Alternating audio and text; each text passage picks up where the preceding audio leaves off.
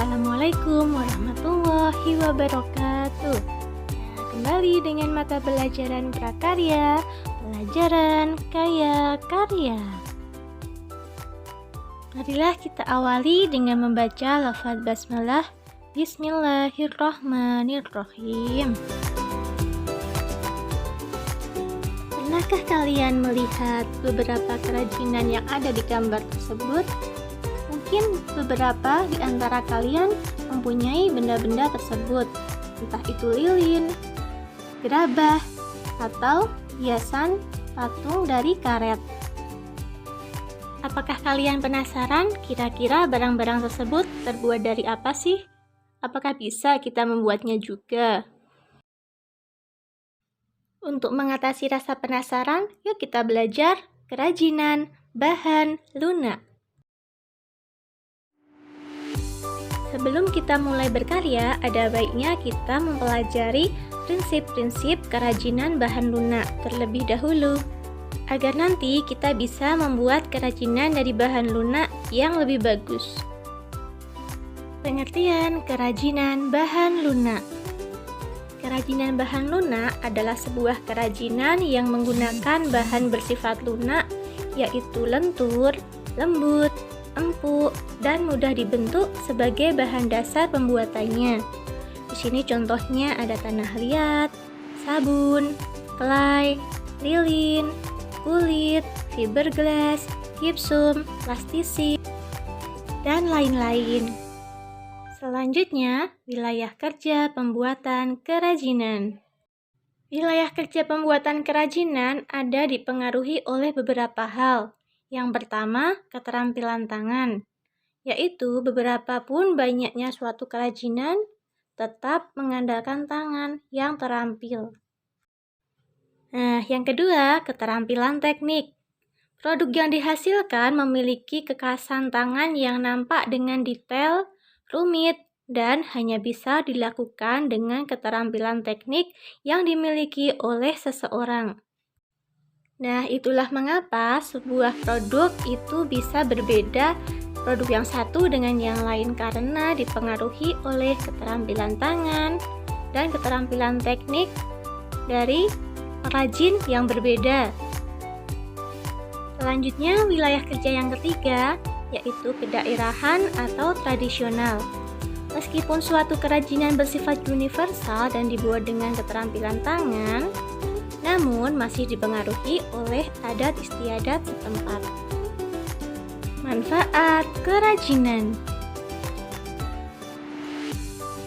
Nah, berikut ini ada beberapa kategori manfaat dari suatu kerajinan. Apa saja sih itu? Oke, mari kita perhatikan satu persatu manfaat kerajinan.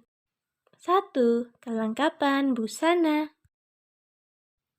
Produk kerajinan dari bahan lunak yang dibuat dengan mempertimbangkan bahwa produk tersebut dapat digunakan untuk mempercantik diri dalam menggunakan busana.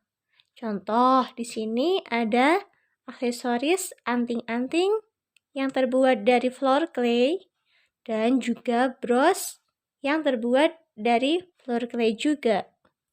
Nah, untuk contoh yang lain bisa berbentuk kalung, gelang, bros, cincin, dan lain-lainnya. Lanjutkan ke manfaat yang kedua, kelengkapan suatu benda.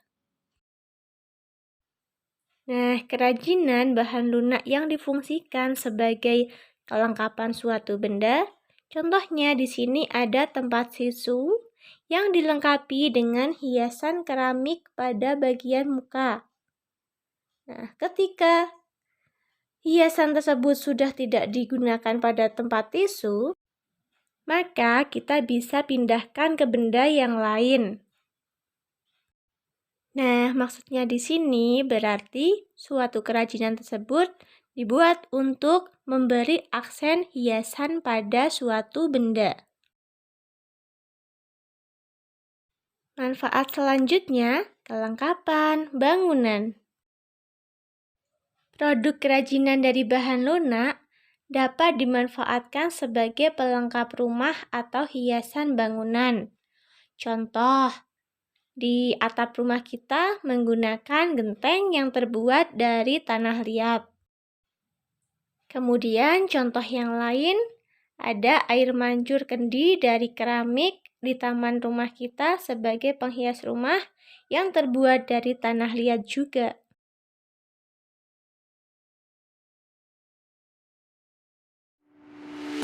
Nah, sekarang coba perhatikan di sekitar rumah kalian, ada nggak sih kira-kira produk yang lain yang terbuat dari bahan lunak?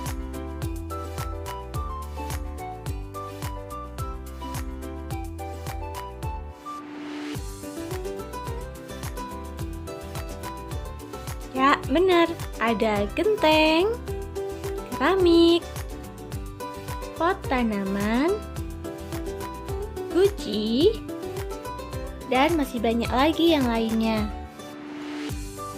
Oke, kita lanjutkan manfaat selanjutnya, kelengkapan ritual.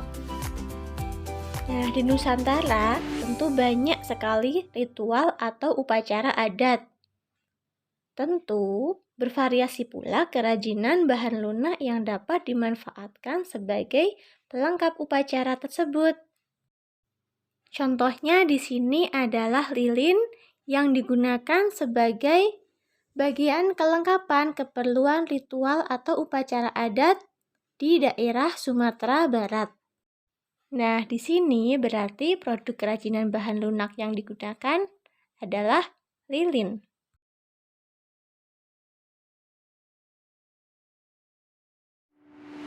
Nah, sampai di sini apakah sudah paham dengan penjelasan tadi?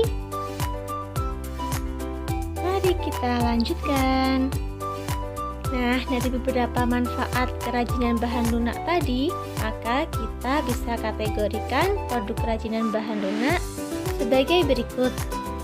Nomor 1, sebagai menambah keindahan. Kedua, memberi penekanan atau kekasan pada suatu benda.